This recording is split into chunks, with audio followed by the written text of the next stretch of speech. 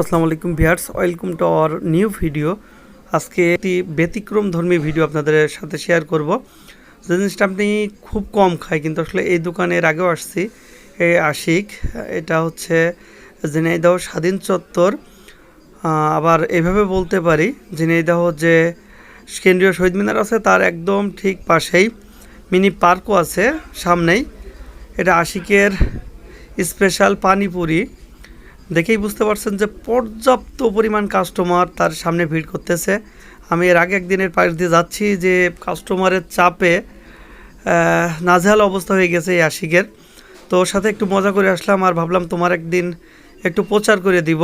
তো আজকে সেই প্রচারের দিন হলো, কোনো কারণে আমার যাওয়া পড়লো, এবং আমি নিজে না খেয়ে অবশ্যই কোনো কিছুই প্রচার করি না। নিজে খেয়ে তার স্বাদ, দাম, তারপরে কোয়ালিটি কেমন, এই জিনিসগুলো আপনাদের মাঝে শেয়ার করি। যাই হোক, এখানে যারা